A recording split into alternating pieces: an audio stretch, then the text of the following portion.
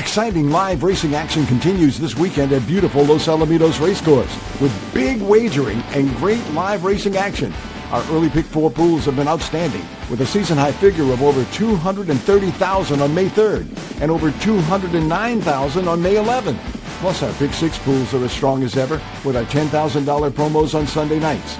Big pools and great racing. It's all happening this weekend at Los Alamitos Racecourse. And welcome everyone to the Los Alamitos preview show. Happy to be back here and joined by our great panel, Christopher Wade, Michael Wrona, George Duarte, on the week after the tremendous night, Ed Burke Million Futurity night. So first, like to say hello to you guys, but also tell me about your biggest takeaway from a really, really exciting night. Michael, you called all 12 races on the night. What did you take away as something that maybe impressed you, caught your eye?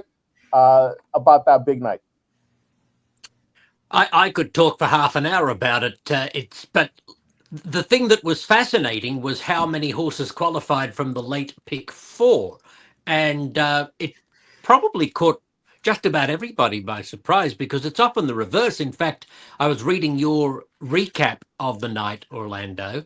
By the way, before I go any further, in your recap, I just have to tell you how much I loved Shiny New getting stronger as the race got longer. A little ode to Ed Burke out there was not lost on me. But Valentin Zamudio was saying that the trials were different than other occasions. You'd rather be on the earlier trials usually, but things turned around.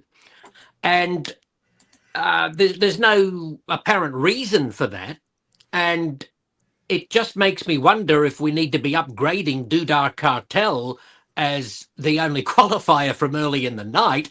And that horse is still learning, still very green, wayward, erratic, and did a really nice job. And I've just got to toot my own horn once more about that post I put out a while ago highlighting the Muscle Max Maiden and the number of winners likely to come out of it, because I specifically referenced Dudar Cartel's last place finish in that race, pointing out that she was also full of promise and potential for later races, longer races.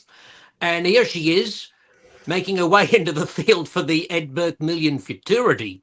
And the horse that beat Dudar Cartel at the second career start has also qualified to the final.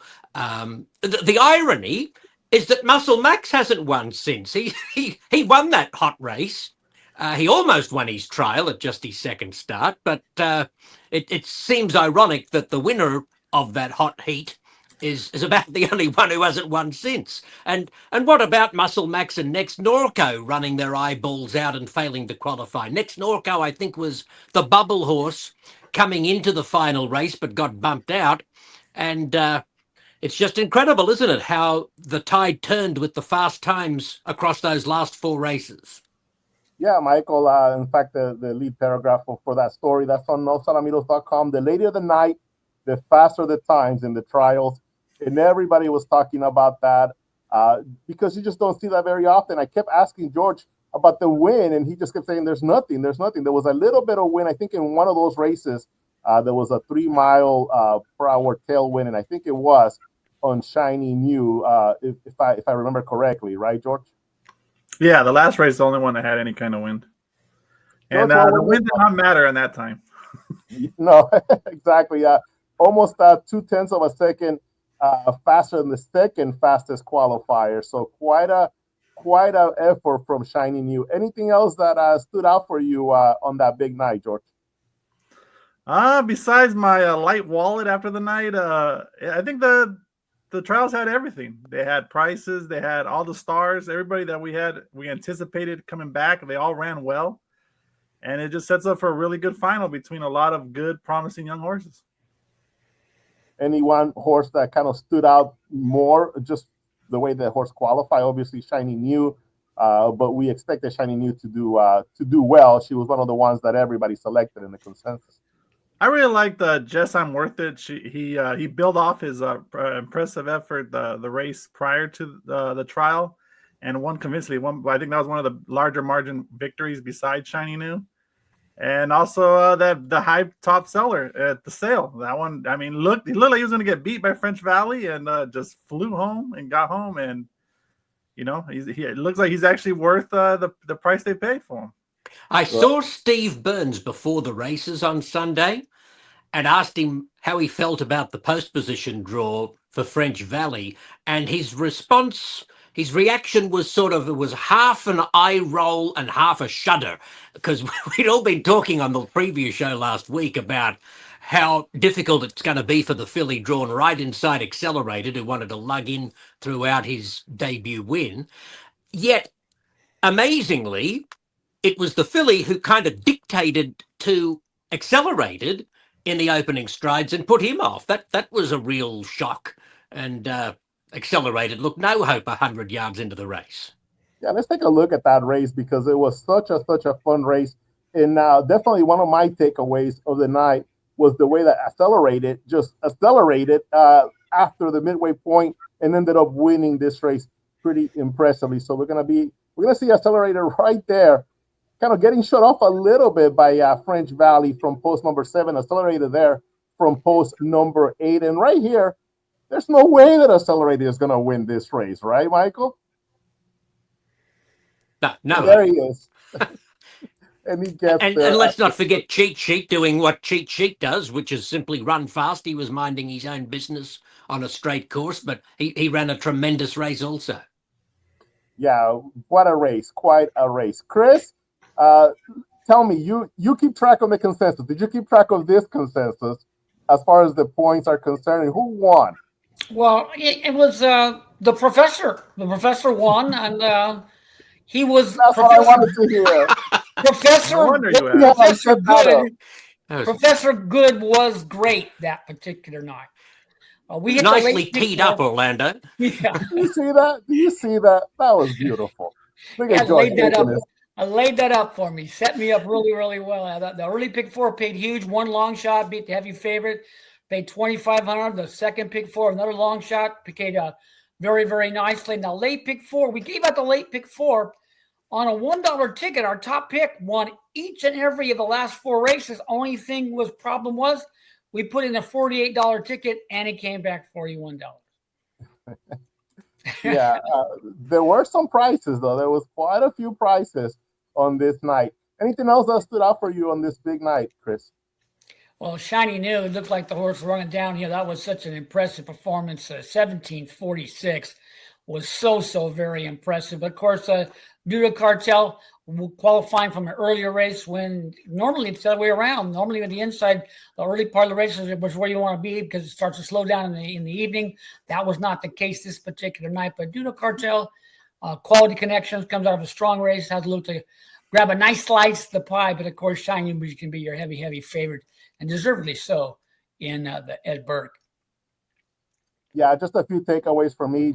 I'd like to thank the fans because they came out and supported the big racing program. Ended up with a season high handle over 2.2 million, close to what we had last year during the Ed Burke Million of 2.4 million. That's twice that we've had handles over 2 million this year. So certainly I'd like to thank the fans for coming out. The preview show from last week was one of our most watched shows of the year so far. So thanks again to the fans.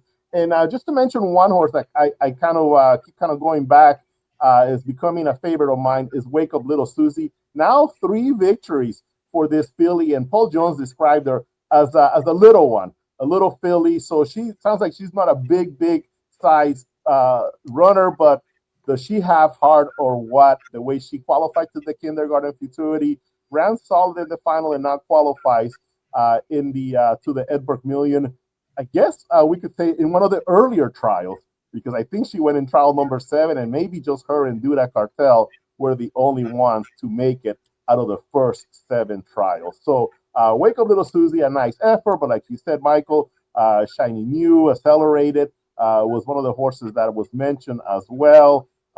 Just a really good night of trials. Just a worth it, another one to watch. But there's going to be 10 good ones. Duda Cartel, we'll talk a little bit more about that horse because his story is a pretty good one. One of the sentimental picks for the Ed Burke. We'll talk about that on the weeks to come. But we have some nice racing action coming up this weekend as well. 9 races on Saturday night, starting at 6:15 p.m. Excuse me. 10 races on Sunday night, and that will begin at 6:10 p.m. And all of you guys came loaded with some really good picks. And we'll have on our second segment, we'll have some talk about Remington Park because they used to call it the mega card. I don't know if it's still billed as the mega card, but it's certainly a really, really strong, awesome program. So we'll talk about Remington. We're bringing on all those races starting at 3 p.m.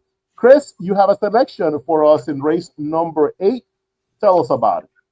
I'm going to give you a long shot look to a Serafina Hawk. This horse did work pretty well prior to the debut and ran well in the debut, but then the last effort had a ton of trouble in that last affair from the inside post. Serafina Hawk did.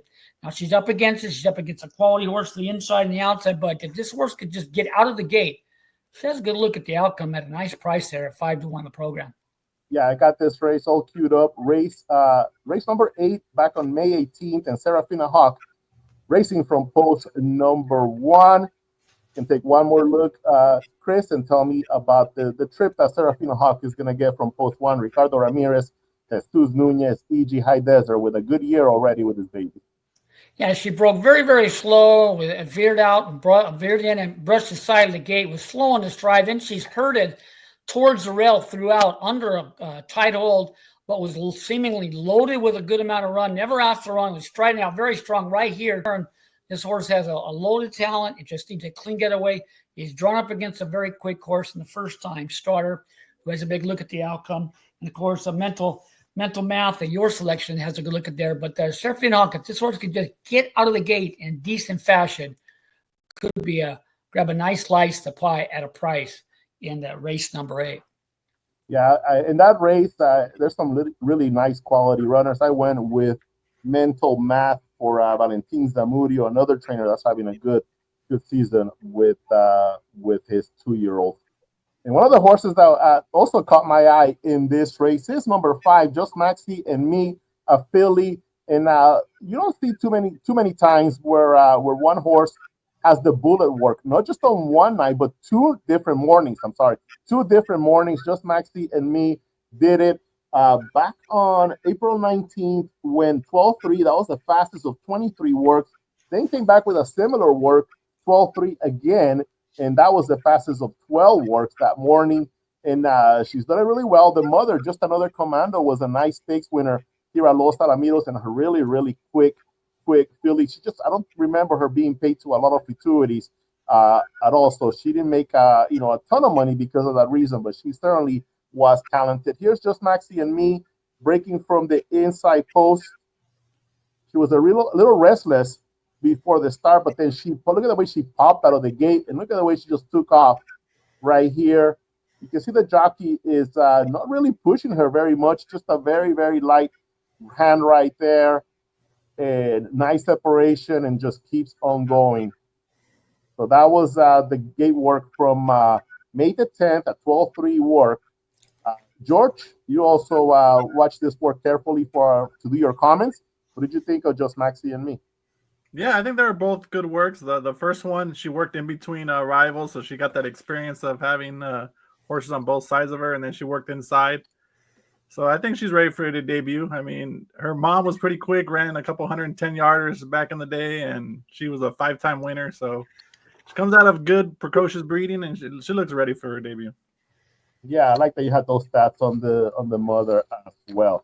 Well, Michael, you also have a selection for us, and it happens on the Sunday card. We'll go ahead and move forward to the Sunday card, and it's a good one, man. Some of those Sunday races, they were really, really tough. I mean, there was one race, I think it was race 2, that I was going to pick all. It was just such a tough race. A lot of those races on Sunday are that way. Michael, your selection comes in race 6, right? Yes, a condition claiming race for 3-year-olds and up at 1,000 yards. And I liked the run of alphabetical order number 3, first start at Los Alamitos back in March, when second beaten ahead was inside horses all the way, somewhat tight quarters for a good part of the journey, and put up a good effort, I thought, to go under narrowly in a three-way photo, and has some angles in play that might help him move forward. Okay, Michael, we'll go ahead and bring up that replay from March 9th. It is the first race on the card, right? Yes, that's him out of gate number 1, the White Silk's red cap. Serapio Figueroa was on board, and he settled a few lengths off the early pace. He stayed inside, and if you look at the head-on of the backstretch run, the rider was actually trying to angle away from the fence before the turn, but there was no path, and he had to cut back to the rail, and he just sort of ran up into a pocket around the turn. It's not like he was badly checking, but it just wasn't the most comfortable of trips. It was just a little bit tight along the fence at different stages of the race. But he kept on very willingly and was diving through late in the middle of a line of 3 to lose narrowly. He was claimed out of that race by Jesus Uranga. That was for $4,000 back in early March. Now, maybe it's a little bit of a concern that the horse hasn't resurfaced earlier than that, but I take heart from the fact that he's had 3 solid workouts at Los Alamitos in the interim, and that Uranga chooses to run him back for a higher claiming price. I've got a feeling the horse is pleasing Jesus, and you get Edgar Payeras on board, and as Chris likes to say, they always improve second time over the oval. So all those things factored in make me think that alphabetical order number 3 as the third wagering choice on the morning line might be worth a go. The favourite is number 2, Top Stitch. I really liked him last time out when he was dropping from an allowance into a claiming race and went off at 11-1. I fancied him that night, and I thought he was just a little disappointing. It was an even 4th. I had hoped he might do a little bit better. And now he's 2-1, drawn inside of alphabetical order. Yes, he got a chance, but again, I've kind of lost the value from when I liked him last start. And the key is Unity number 5 was very good in a narrow defeat at Los Alamitos 2 starts back in April. But he doesn't have much early pace. I think alphabetical order will have first run on him. Alphabetical order's 2 career wins, one of them leading throughout, the other one from coming off the pace. There's a bit of versatility. Hopefully Payeras fashions a trip, and the horse steps up at start number 2 at Los Alamitos. So that's my reasoning for liking him in the 6th race Sunday. Yeah, nobody wins races on Sunday night like Edgar Payeras. I mean, he had a streak where he was picking up triples and doubles and 5 baggers. I mean, he just loves Sunday night racing here at Los Alamitos. George, you also have a selection on Sunday night, right? Yes, it's in the last race. It's been a horse I've been eyeing. I haven't been picking him, but I've always said there's going to be a race where I'm going to really like him, and I think this is the race. This number 6 JMF Corona Cartel. He's always found some type of trouble, but he always shows some run in those efforts. And last race, that was just he had a lot of tough trip. He shied from arrival and he pulled up. But the race prior, which is I think is more a significant one to look at on March 30th, because he also ran against the second choice Kava Jonah Dash in that race. Okay. He drew the rail on March 30th, race number 7. Bring it up. Okay, so starting from the rail. Yeah, and you'll see the 2 horse comes in on him and bothers him instantly. I mean, no fault of his own for that trouble. And then you see him here at the gap. He'll lug in. He had to correct him, Roman, and then you'll see how he finishes out pretty good. And then he also gallops out well. Like he could have easily just wrapped them up and come fifth in that race. But I just like that. And then he gallops out well. You can see him lugging out there in the turn. I really like the post change. He's been getting the inside post the last 2 starts. And then this race is just, I don't know, leaves me wanting. There's nothing really that in there that scares me.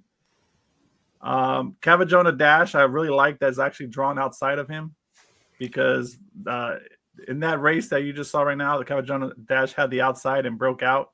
So I'm thinking JMF Cartel's going to have a good, clean trip finally. And at 4-1, I really like that price. That'll be my single in all my bets that I make. I respect the favorite, Fast Track Eagle, the 2. I don't know if he has. I mean, at 8-5, I don't think he offers any value. I mean, he is probably going to run a good race. I would be surprised if he does not hit the top 3. If I were to have to go too deep in this race, it wouldn't be with the favorite. It would actually be with the 5 Sarsaparilla. That horse has always run good races at times and has always been an issue. And Castleman decides to add the blinkers. And it can go one of 2 ways. She can go crazy in the gate with them blinkers on and be not a factor, or she can jump up and improve because her best races are the best races running this group. So if you were to go too deep, I would go with those 2. But if I'm singling JMF Corona Cartel. Wasn't that single you had at big odds in the last leg of the pick 4 a few weeks ago a Castleman blinkers on angle? Yes, it was. It was actually the race JMF Corona Cartel last came out of. And it was funny because in that race, I was actually thinking of using that Corona Cartel in that pick 6. But I was like, you know what? I'm just going to single back at it and go from there. So hopefully I can get both home at the right time. And back at it is actually in, I think, on Saturday. On Saturday night. Allowance pose. It'll be interesting to see how he does. Did you pick back at it in that race? I picked him, but I don't like the 8-5 morning line is kind of hard, and he's not necessarily the quickest early, so he's going to have to improve. Even though his clockings are better than the rest of them, I think he's going to need to improve early in order to keep his path. Well, that's the selection from George in race number 10. This is on Sunday, number 6. JMF Corona Cartel 4-1 on the morning line. And the first post on Saturday, 6:15 p.m. and very similar post on Sunday night as well. It's actually 6:10 p.m. for Sunday night. So that's a good look at the weekend action. Some of our thoughts on the Ed Burke Million Futurity Trials. Looking forward to another great weekend here at Los Alamitos. We're going to talk about the Remington Park card next. We'll be saying goodbye to Michael Wrona, but George and Chris have some good selections there for the Remington Park card. Thanks so much, Michael. We'll be right back.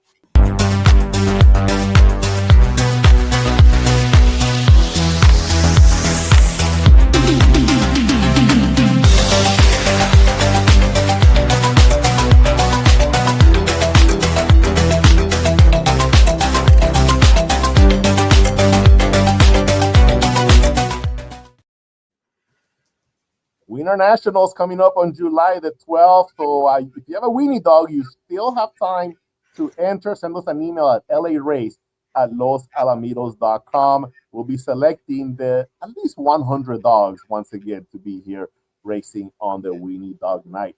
They're gonna have a ton of horses racing at Remington Park. They have a big card here. I got the PPs. We're gonna talk a little bit about the past performances. Let me show you the stakes program on Saturday night at Remington. 3 p.m. the action starts. We're going to be simulcasting all of those races there. And beginning with the Speed Horse Grand Pain and Appy Stakes at 350 yards. First post is 3 o'clock. But also some of the big races that will be featured. The Juno's Request, $100,000 race. That'll be race number 8. The Heritage Place Oaks for 3-year-old fillies at 400 yards. That's race number 9. The Heritage Place Derby. That's a grade 2 event. The Debbie Shaw Remington Park Invitational Championship, a $250,000 race. And horses like Shaker's No Secret and Unrelentless, who won the Brad McKenzie. He'll be running in the Debbie Shaw as well. And the car will closed with the running of the Heritage Place Futurity, a Grade 1 event, $1 million on the line there. But you gentlemen study the Remington Park program and have some selections for this big night. We'll go ahead and start with Chris Wade, because you provide the handicapping on our program for all the out-of-state quarter horse simulcast races, including, of course, Remington Park. What stands out from this big night of racing, Chris? Well, you got some very, very closely matched races. You got some horses looking to rebound and make amends for their last effort. And that'll be one of my selections there in race number 8, looking to make amends. Didn't have the best of trips, but finished very well and factored in, should have won that particular race. So I'm going to give the horse a look as one of my plays. But you can see all of our selections on the program in the back for Remington Park and or the Los Alamitos website. So we provide an selections analysis for all the 12 races there on closing night at Remington Park. Okay, yeah, and it's already up on our website. You can take a look. Not only did Chris go through all these Remington Park races, but also the simulcast from Delta and Sam Houston, because we do have quite a few. Yeah, a machine. That's exactly right. So here's race number 8, the Juno's Request, Grade 1, $100,000. Who did you go with in this one, Chris? I gave the look to the 4-horse Curl's Joyful Heart. This horse was, I think, favored in the last affair. Didn't get away all that well from the outside area post, but finished very, very well. And if everything factored in, should have won that particular race. So looking to make amends tonight, and the clean getaway puts this horse right there early and late as my top pick there in race number 8. The horse for the quality connections. Should have won last time, but the trouble, not the best of trips, but has a big look to get the victory there and make amends to last time's backers.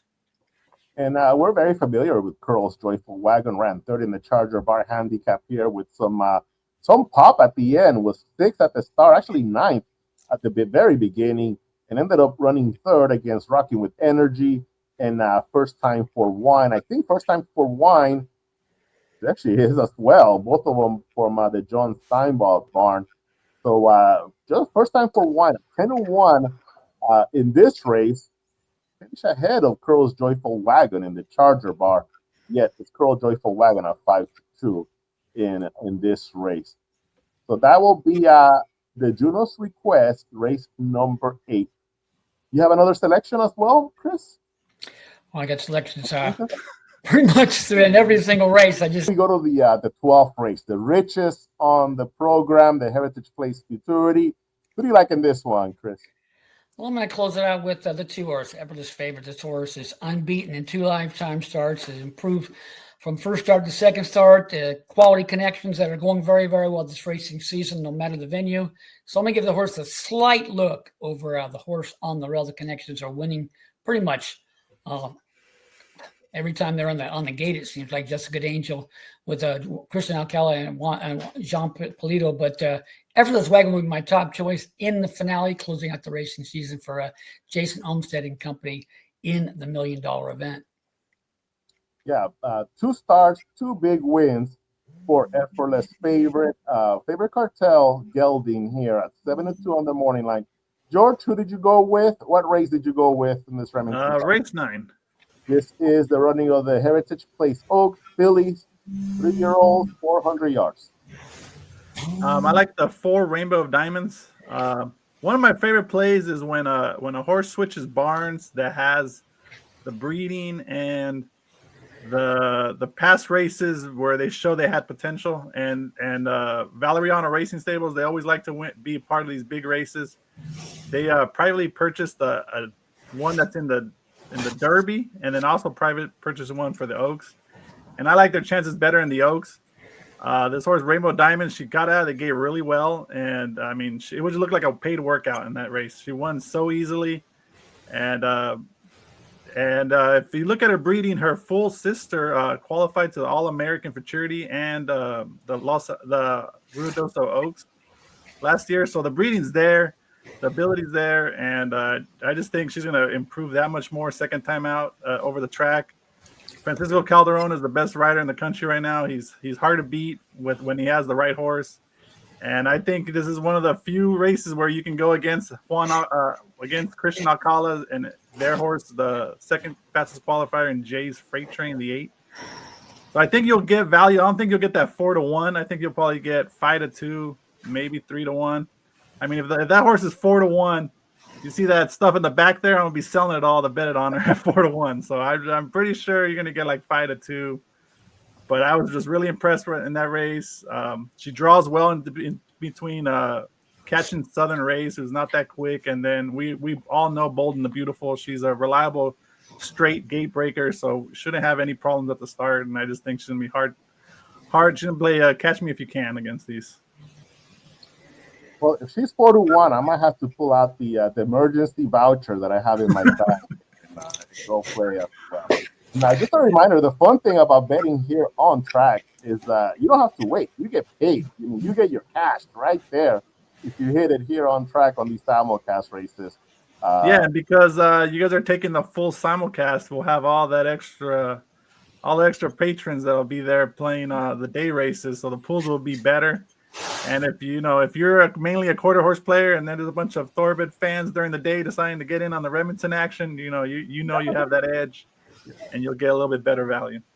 All right. So let's go ahead and take a quick look at this race 11, the Remington Park Championship. We've seen so many horses come out of this race to run in the Champion of Champions. So we'll just take a quick look at the field. Number 1, RGS Gold Wagon. Won the Mr. Jetmore at the beginning of the Remington Park meet. Unrelentless, we know this runner ran third in the Leo Stakes in his last out of Remington Park, but here at Los Alamitos, look at that form right there. Won the Town Policy, won the Ransom, won his trial to the Brad McKenzie, and then got it out of victory over London Toby by a nose in the Grade 1 Brad McKenzie. We'll see this horse in the Champion of Champions later in the year. Mr. Michael has a 3-race win streak. He's the winner of the Leo Stakes, also won the SLM Big Daddy, Cardiac Cowboy, good connections. Jason Olmstead, former AQHA champion trainer. Mystic Paint, another Olmstead runner, ran second in the Mighty Deck. Hooked and Gone, we know this horse also has been in the Champion of Champions a couple of times, if I remember correctly, including last year when he ran 9th, but he did win the Z Wayne here at Los Al. Ran second in his last out at Remington. Nothing Like You, Shy Kisser. All these horses are coming out of the Leo. AB Boogie ran 4th in the Leo, and Shakers No Secret. He's one of the top older horses in the nation. Won the championship at Sunland Park by a neck, and ran second in the Leo Stakes. Ran a big third in the Champion of Champions as well. Who's your selection in this race, George? I'm probably gonna top selection. I'm probably gonna go with Shaker No Secret just because he got the outside post. Mr. Michael overcame trouble last time to beat him, but that's his issue. He's a little bit slower out of the gate, and he's a little bit to get going. He's a big horse, so that's why he might be vulnerable. A price play that I would go with is Hooked and Gone. He's really quick early, as we've seen out here, and now he gets Ayala, one of the best gate riders in the country. I think he's going to catch a really good start, and I don't see he can win because it's 440, but he's a must use on the exotics, and he'll be a good price. He'll be 15, maybe even 20-1 in this race. Chris? Yeah, I got to give the edge to the favorite there, Mr. Michael. This horse, like that's noted by George, overcame trouble and gets the longer distance to maintain that long stretch and maintain that late run of his. So if he gets away halfway decently, he's got a big look at the outcome as your probable deserving favorite. There's also some quality horses to the inside on Relentless and the horse to the outside that noted by George has a look at the outcome as well. So slight edge to Mr. Michael there. Favorite, quality connections, big late run, a decent getaway puts this horse right there throughout, and it should be tough to hold off during the wire. Yeah, so once again, that's the Remington Park card beginning at 3 p.m. All the PPs for this card can be found on the Nightlines program on Saturday night. So get here early, buy your Nightlines, get to playing some quarter horse races, and then stick around for the exciting live nighttime action here at Los Al. I know George is going to be involved. I know Chris is going to be involved. I got my emergency voucher as well, waiting for some some nice odds there on a few horses. So it's going to be a fun night here at Los Alamitos. Chris, George, any final words, Chris? No, it's a great weekend of racing, great quality races at Remington Park. We got some very closely raced match races at Los Alamitos. At late pick 4 at Los Alamitos could go any number wise and could be one of those monster payouts. So don't leave out that horse and save $16 because it could very well cost you $1,800, just as it did me a week ago and or so. George? I'm a really big fan of Sunday's card. It's really competitive, the early pick 4, and even the races in between the pick 4s. I picked a couple of prices. You're gonna have to get the night lines to get those winners, or hopefully winners out of me. But I like the card. I really like. It's deep. It's there's always there's no real lull in the races. They're all competitive. I mean, you have that Hollendorfer monster, all the greats in there, and he's only 5-2 morning line. That's how deep that race is. You would think you'd be 6-5 normally in the morning line, but Ed only laid him at 5-2 because that race is tough. Did you pick him on top, by the way? I had to because he overcame trouble last time. He doesn't need the lead. I mean, he impressed me. Yeah, he's undefeated, winning here at Los Alamitos. All right, that's a good look at not only the Los Alamitos weekend action, but also the big card at Remington Park. Chris, George, thank you so much. The viewers, thank you again for joining us, and have a great rest of your day. Bye-bye. Exciting live racing action continues this weekend at beautiful Los Alamitos Racecourse with big wagering and great live racing action. Our early pick 4 pools have been outstanding with a season high figure of over $230,000 on May 3rd and over $209,000 on May 11th. Plus our pick 6 pools are as strong as ever with our $10,000 promos on Sunday nights. Big pools and great racing. It's all happening this weekend at Los Alamitos Racecourse.